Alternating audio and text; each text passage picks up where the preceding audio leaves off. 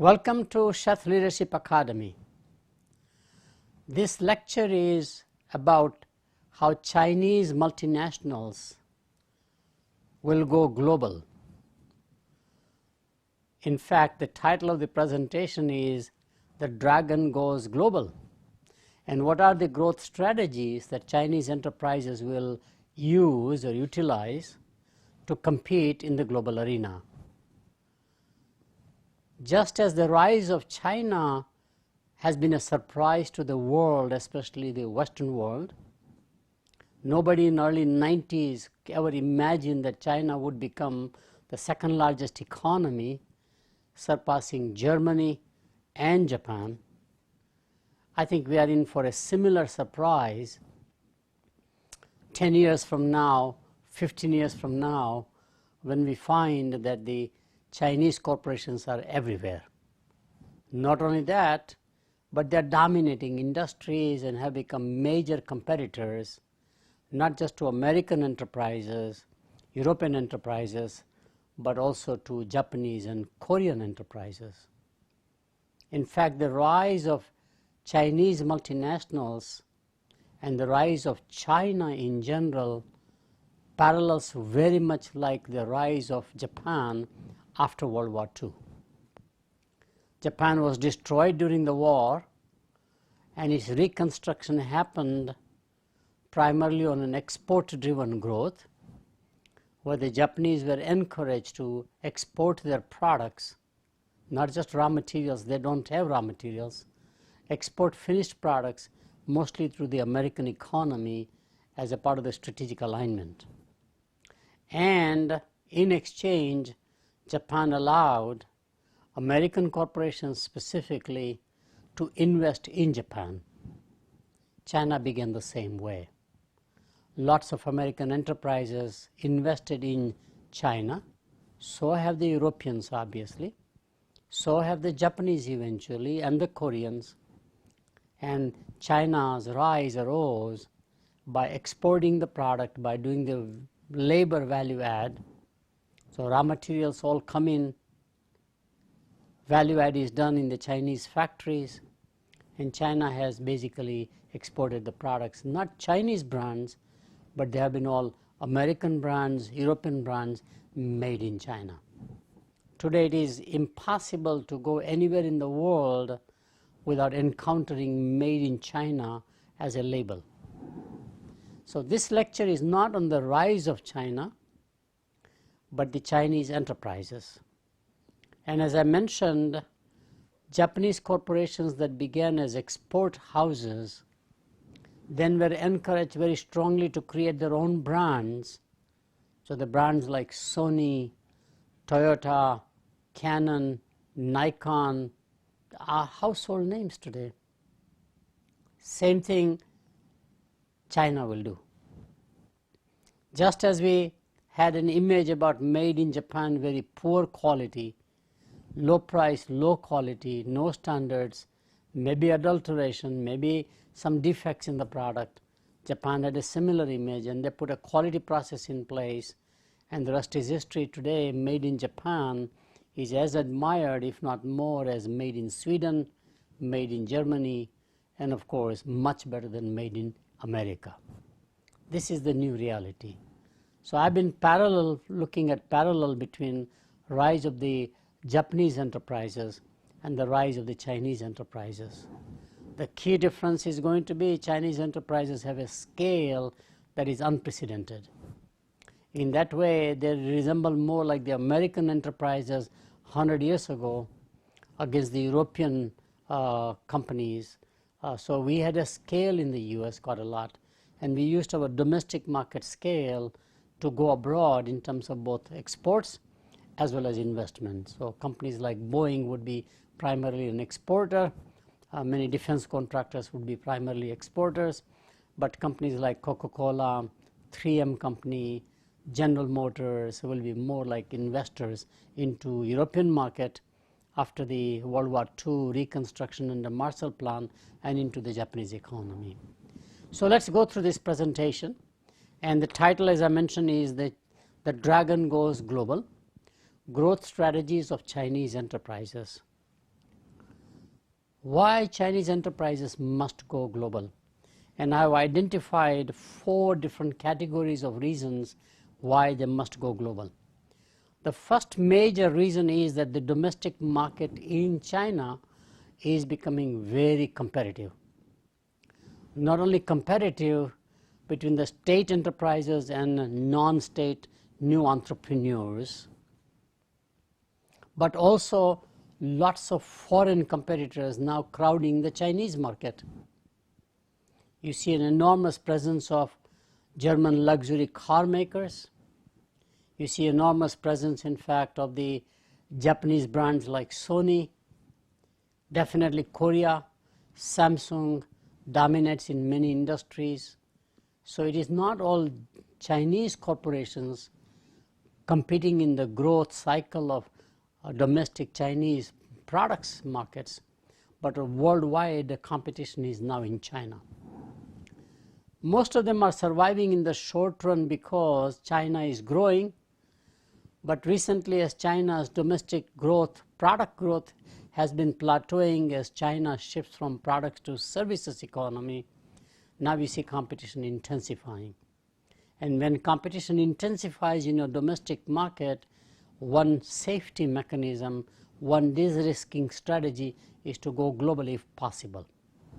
So as Apple competes in China successfully, as Microsoft dominates China successfully, as Mahindra, which is an Indian company, buys out 2 tractor companies in China, now you can see why Chinese enterprises must think global, mentally, global mindset, and how do we expand Chinese products worldwide. Second and equally important reason is government policy. Chinese government, for whatever reason, has decided, just like the Japanese government did, as a policy document to simply say our private enterprises, including state-owned enterprises, must think global, act global. In the case of Japan, the 12 Zaibastus, like the Mitsubishi Group, Mitsui Group, Sumitomo, Toyota Group, for example, were all given surprisingly through the Bank of Japan, central bank, to their own banks. Like every Zaibastus or a conglomerate will have their own bank, like Mitsubishi Bank, Mitsui Bank, Sumitomo Bank, will get very favorable capital from the Japanese corporation, Japanese central bank, and will invest into that, and therefore Japanese corporations got enormous cost of capital advantage. And they began to successfully compete worldwide. I think this will be repeated by the Chinese central bank, China Investment Corporation. However they do it, because it is a very key government policy strategy to globalize Chinese enterprises. And this, of course, is very true in infrastructure, especially railroads. Chinese are excellent railroad builders. It is very true, in fact, we know in defense. China's company called China North Industries is one of the largest defense contractors or defense product makers, especially aircraft. I think it's very important to realize so are the Chinese power plants, from Shanghai Electric to others.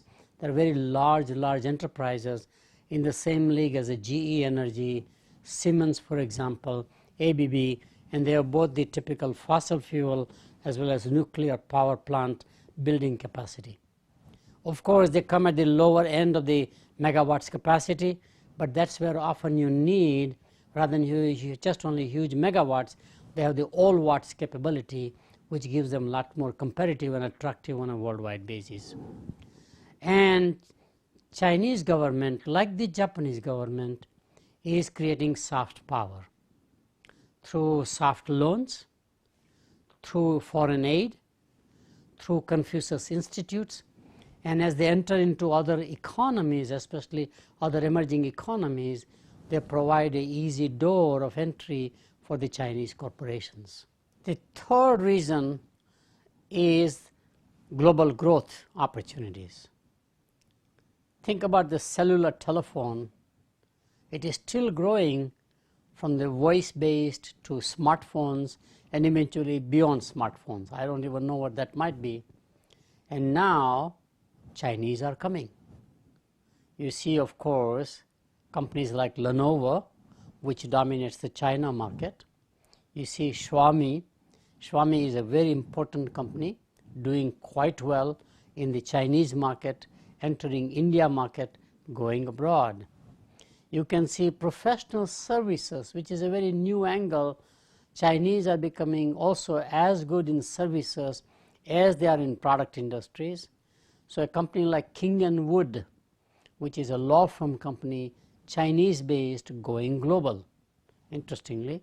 And of course, more popular and more well-known examples are the e-commerce companies like Alibaba and Tencent. And those guys are coming in a very big way because e-commerce is a growth platform, cell phones are a growth platform, and they're going into professional services are still very big growth platform, at least for Chinese enterprises. Last one is a very key aspect. I've done a lot of lectures on this one. This is a very interesting theory called the theory of vacating markets. I began to analyze this from the 90s and I become very fond of this particular perspective. My view is that as the economies become more advanced, certain industries become mature, and those industries' margin begin to become very thin.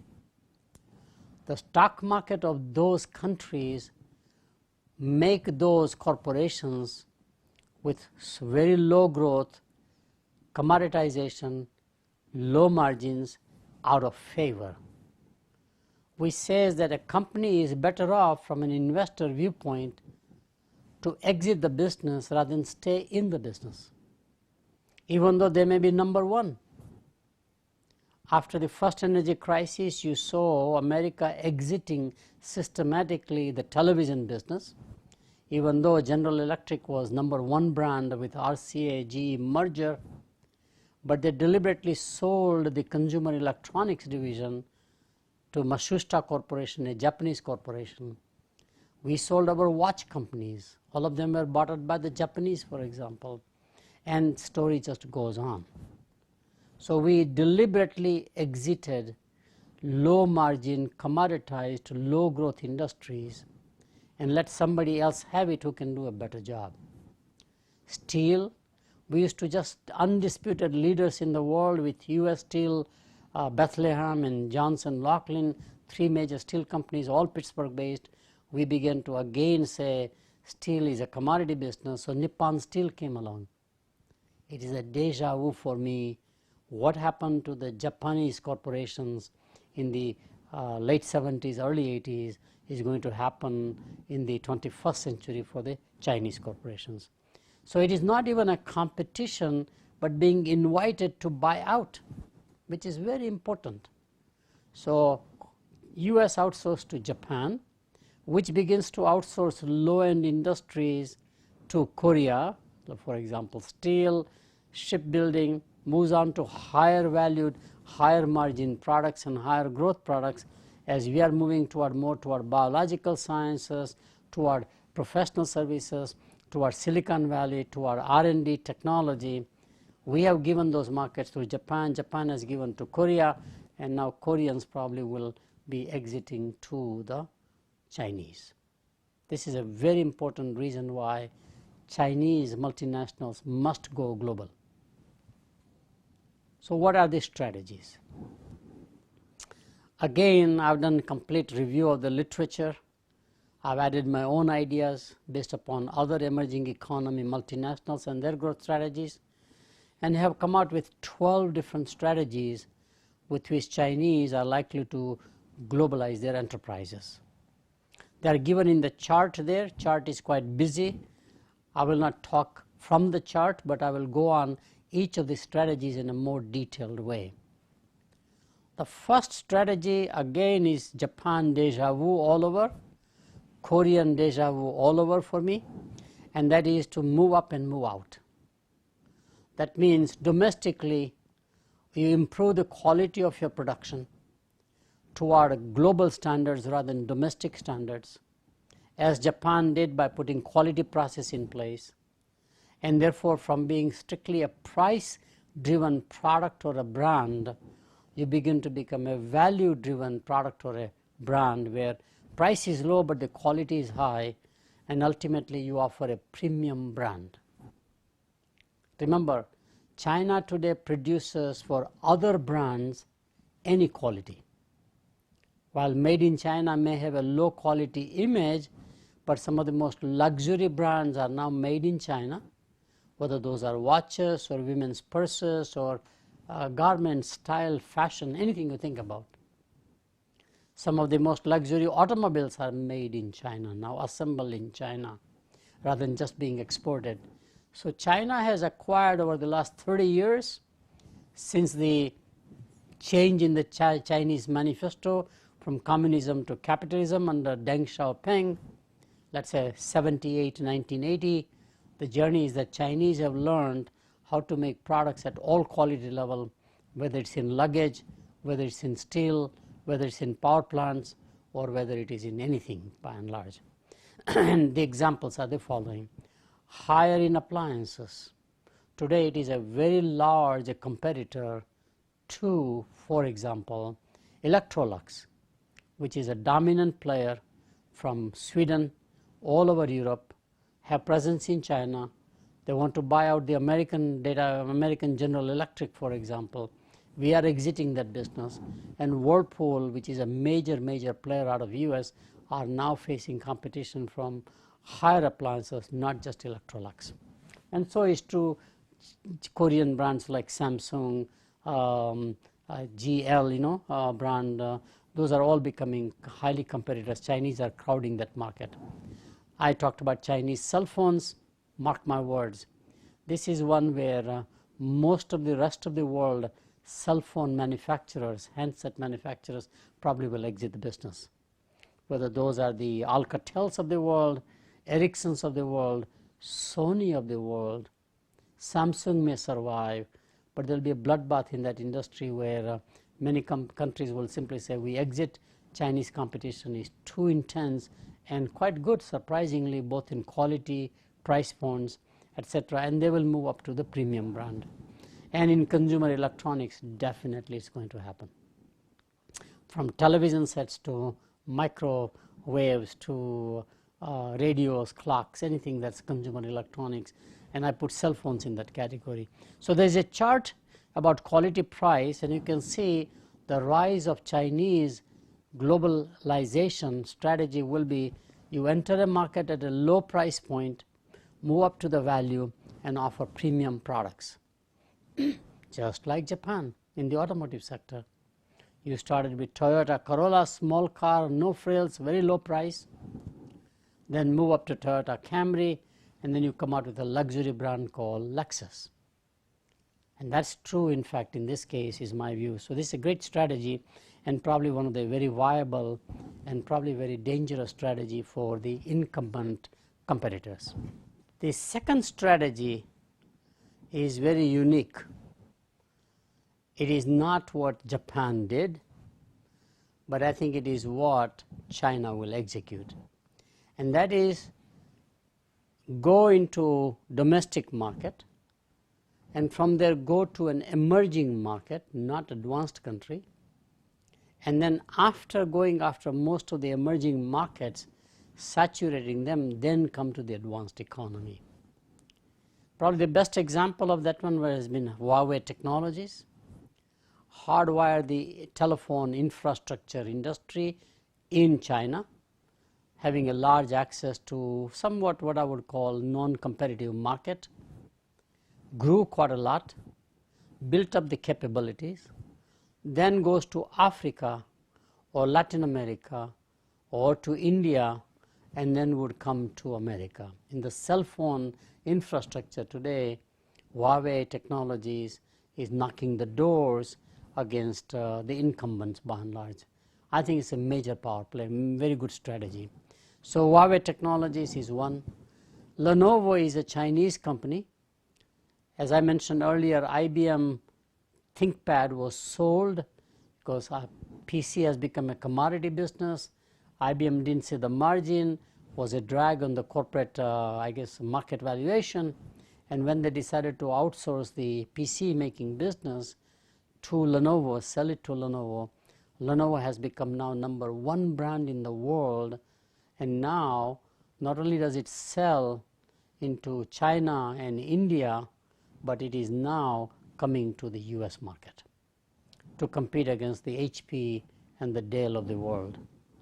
And again, in this particular case, soft power of China is very valuable. China has given billions of dollars of loans to Latin American countries like Brazil, Argentina, Peru, also to African nations, and primarily to build their infrastructure for whatever reason, whatever their national agenda is, but it creates entry door from emerging market to emerging market. Creating the 2 new banks, I think that's very key. The Asia Infrastructure Development Bank, which focuses on the neighboring Asian countries like the ASEAN 10, 11 countries, for example, participating into that one. Also creating, in fact, a new development bank to counterbalance IMF in one way. I think that is creating enormous soft power, in this case economic power, as opposed to cultural power, as opposed to military power, that they are using quite heavily to go from emerging markets to emerging markets, eventually come to advanced countries. The third is target global diaspora. Chinese have one of the largest and most global diaspora among any nation. It is historical. Till about 1180, China was the dominant economic power, mostly through trade in many ways. And you had many Chinese trading companies that established themselves 500-600 years ago, a lot in Southeast Asia, but also in Africa, but also in Latin America, surprisingly. And therefore, this presence of the global Chinese diaspora and marketing into the diaspora, serving the diaspora, gives you enormous beachhead on a global basis. So Alibaba, as an e-commerce platform, for example, has Chinese merchants and Chinese consumers to serve all over the world. We already talked about King & Wood law firm, and obviously all of us will have a preference of the similarly country of origin suppliers, because we know the culture, we know the language, we know the regulatory systems, the legal system, accounting system. So we begin to patronize people of the same kindred in many ways. And I really think one of the biggest areas where Chinese will go global on the diaspora market would be the professional services, travel and tourism. China is definitely going to be the largest tourism exporting market, which means more Chinese will go as tourists worldwide than any other nation, surpassing Japan and the United States. But Chinese are also now encouraging a lot of tourism, importing tourism, tourists coming from all over the world into China. And I think given that phenomenon, targeting the diaspora market would be a great strategy. Next one is really slightly different. It is the elevation or the progression from diaspora market to mainstream markets. I think mainstream market is very, very important, and I think will be very profitable for Chinese art, Chinese athletes, and Chinese movies. China will cater, just like Hollywood now movies are very much mainstream into any country, China, India, Africa. Just as Bollywood movies out of India are not only in India but also Indian diaspora and Indian influence wherever it is, but Indian movies are also becoming mainstream in many ways. I think Chinese movies eventually will become very mainstream. Chinese movies will be Chinese produced and Chinese directed, maybe some Chinese actors, but they will globalize that whole industry. And China is destined to become, I think, the largest movie producer nation in the world in very short period of time, like within a decade from my lecture around here. Next one is OEM to branded products and services. which means you get into the market by making things for their label. China is master at doing that game. They have done manufacturing for everybody in the world. So now you say, I can now manufacture in my own brand name. I know how to do it. I have the capacity. I may have the capital even, and create my own brand and go global in the process. This is going to happen in microwave ovens, consumer electronics, in garments. It will be Chinese brands, not made in China only. And of course in luggage, that is inevitable. Other than Samsonite, most of the luggage companies are going to be Chinese branded luggage marketers or luggage makers. Next one is go global with key accounts. In a business to business market, best thing to do is to go where the client is going globally, just ride along. Like Coca-Cola has become global in many ways by following McDonald's, who is their key customer. If the McDonald's puts enormous capacity in China to serve the Chinese McDonald's, Coca-Cola has to build bottling plants there. It's very simple logic. Always we have done that thing to go in professional services wherever the clients are going globally, and therefore go global with key accounts would be very key strategy, like a FOXCONN. Who says FOXCONN has to make things only in China? As an OEM maker for key accounts, whether those are PCs or cell phones, I can build my factories all over the world and become a global manufacturer to continue, in fact, my relationship with my key customers. And in many infrastructure industries, this will be very common, because in infrastructure industries, you have limited number of customers. Often the government is the only customer. And of course, this is very, very key when it comes to defense by definition.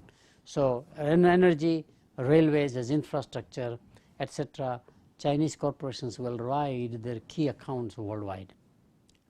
Next area is leverage scale advantage. If anything else, China has a scale. Everything about China I find is probably 10 times, close to 100 times bigger than anything in the world. The consumer market, 1.2 billion people. Mid-level incomes roughly. They are not low-income people anymore. They are not as much bottom of the pyramid or the base of the pyramid population. These are aspiring, well-to-do, middle-class, brand-conscious consumers. Their buying power, estimated by some consultancy firms, measured in purchasing power parity, is supposed to be $6.5 trillion by 2020, which is very much like the economic buying power of the American consumers in many ways. So I do believe that this scale advantage, domestic, which means you have a scale of procurement advantage, scale of making advantage, scale of labor advantage, all the factors of production. And you can clearly see the power of that one with China Mobile. China Mobile as a domestic is the largest cellular company in the world. What it took Vodafone to go into 100 countries, what it has taken Airtel out of India to go into many African countries to even come to the size of China Mobile, which is number one, just on the Chinese market. Now they are saying we need to go global, especially in the neighboring countries.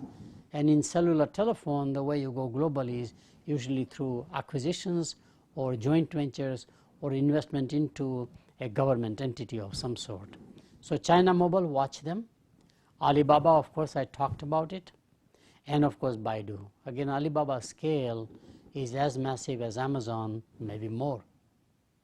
I was very surprised to find recently that among the top 50 defense manufacturers, no, among the top 10 defense manufacturers, I think, there are as many as 5-6 Chinese corporations now. China North Construction Company is more than $65 billion in revenue, because you have a very large growing domestic investment in defense sector, And therefore, as a supplier, you are riding in your domestic market growth. Now you leverage the scale advantage for foreign markets by and large. So Baidu, Alibaba, China Mobile, defense contractors are all very key in terms of their globalization. Number 8, leverage differential advantage. There is an old theory, resource-based advantage as we call it, where you have something that is inimitable, you cannot imitate, something that is unique, something that is rare, scarce, etc. And can you take the advantage of what you have?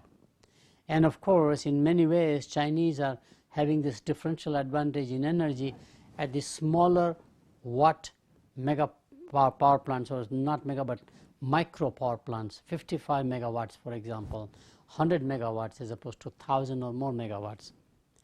They are very good in infrastructure, especially real estate infrastructure, building whole cities, building smart cities now, and they can basically take that, leverage that differential advantage and do the same thing in all foreign markets. China is a very large real estate market, pretty well organized, surprisingly. Of course, defense and ultimately the space program. China leads the world along with the US and India in the space program. They have this mission and a goal to have a man on the moon very soon. Given those kinds of ambitious plans carried out with flawless execution, I become quite convinced that China will be a major supplier to the world in space technologies. So space and defense are very key in leveraging your differential unique advantage. This was true of Russia at one time in my memory. Russia had the way they made pharmaceuticals from chemicals was a very different process than the way allopathy, the way we do it in the US market, for example. And that gave them a unique advantage, especially for generic drugs in many ways. Next one, leverage China's reputation. Well, we may have on the one hand made in China as a laughing stock, and we say product quality won't be good. And it is true, when you buy Chinese made bulbs, they don't last as long. When you buy very low priced Chinese products, they don't have the longevity, the durability, the sustainability of the products. But Chinese have a very positive reputation in the rest of the world when it comes to building railways, for example, or power plants, as we talk about, and semiconductors. I'm actually researching a whole area of what is called from Shanghai, from Silicon Valley to Shanghai Valley. I think we are underestimating how much bigger Shanghai Valley will be relative to Silicon Valley. All of the Taiwanese semiconductor companies have already moved out into China. Unless there are some political issues, Chinese will consolidate as a very significant manufacturer of upstreaming semiconductors, of course software capabilities, and therefore you see the paradigm shift toward Asia in the digital economy or the digital age. And I'm very convinced that Chinese will become one of the largest exporters of semiconductors, mainly because they are used in the automobile industry, consumer electronics, both the storage, the processing, the memory, the display, whatever chips that we have. And the domestic markets gives the suppliers enormous advantage. So Chinese are not that low-end, low-quality makers that I think we need to remember that, remove that paradigm from our mind completely. Number 10 is what is fashionably called reverse innovation. Both China and India are markets where domestically you may have the needs, but you don't have the affordability. You may have the need, but you don't have the accessibility. In India, for example, in rural India, there is no electricity. There is no running water. And therefore, machines designed where running water is a necessity or electricity is a necessity, you are ruling out a whole market. In China and in India, they have figured out how to make affordable products for the domestic market, medical instruments, for example, cell phones to some extent, etc., etc., and how to make them accessible. Why do we have to have electricity as a current as a power or an energy, etc. I see that in pharmaceuticals big time with China. China is a lot more sophisticated in pharmaceuticals than we have even recognized. I mean, just like we never recognized Japanese being strong in pharmaceuticals, or even Koreans now becoming strong in pharmaceuticals, let's say for the cosmetics industry or for anything, whatever you want to do in many ways. So I personally believe that reverse innovation is here in pharmaceuticals, in medical devices, in consumer electronics, in cell phones, goes on, and therefore you invent over there but market it over here. I think that's a major area. Number 11 is leverage China's soft power. I have already talked about it several times. Watch out for China's soft power.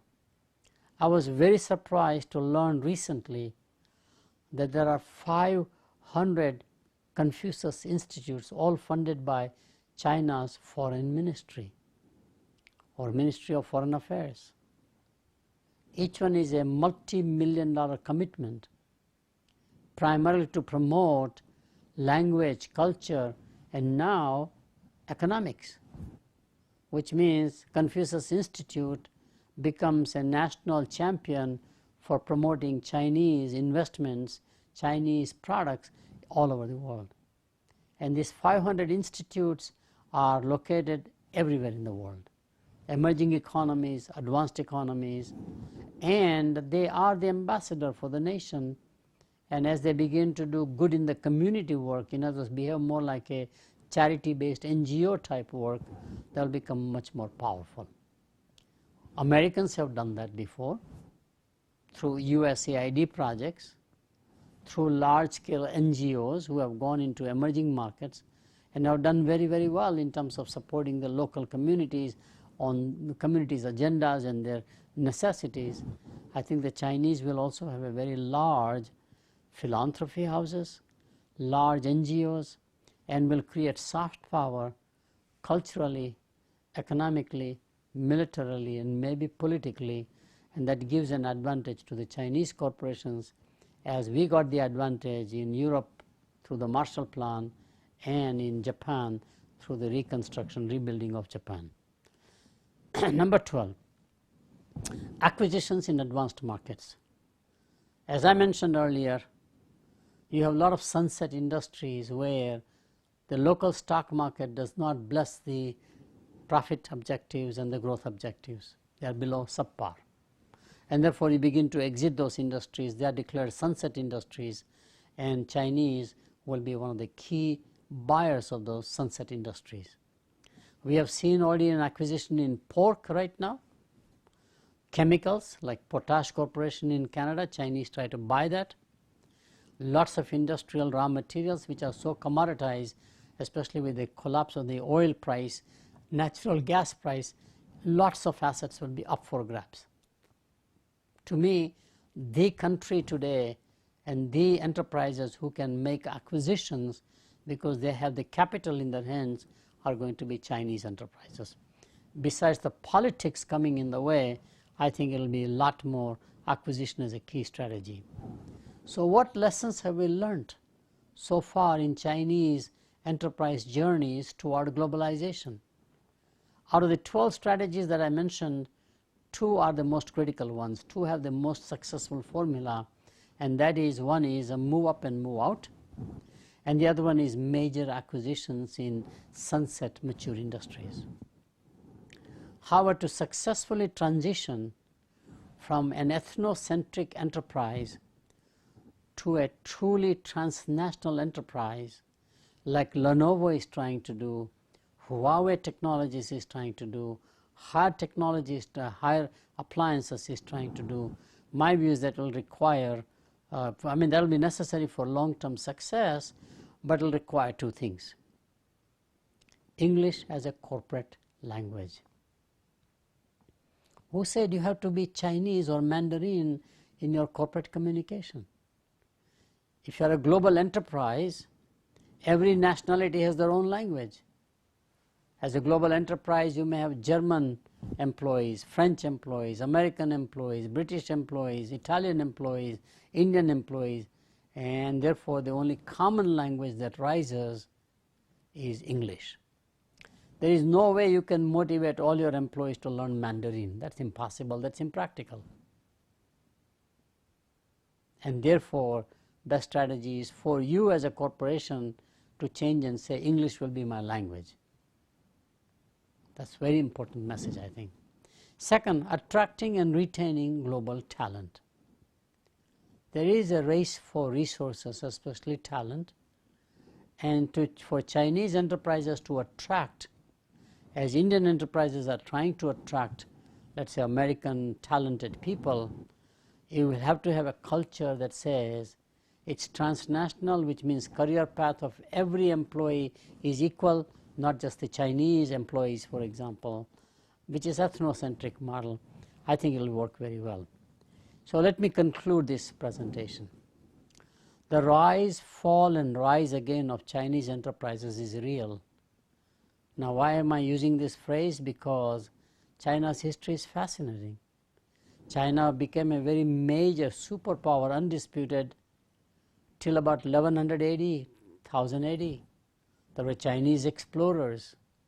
China was the inventor of many, many new technologies. It is the one that created paper as we know today. The technologies are fascinating. Certainly China nosedives. With the rise of the colonial powers, industrial revolution takes place. Chinese eventually shut the borders so that they cannot be contaminated by the Western culture, Ming Dynasty, whatever happens. And now you see the rise of China again, or rise of Chinese enterprises again. I think this is very key. Chinese enterprises have several competitive advantages for their global expansion strategies. These include their global diaspora, domestic scale, affordability, making affordable products, and growing the soft power or growing soft power of China.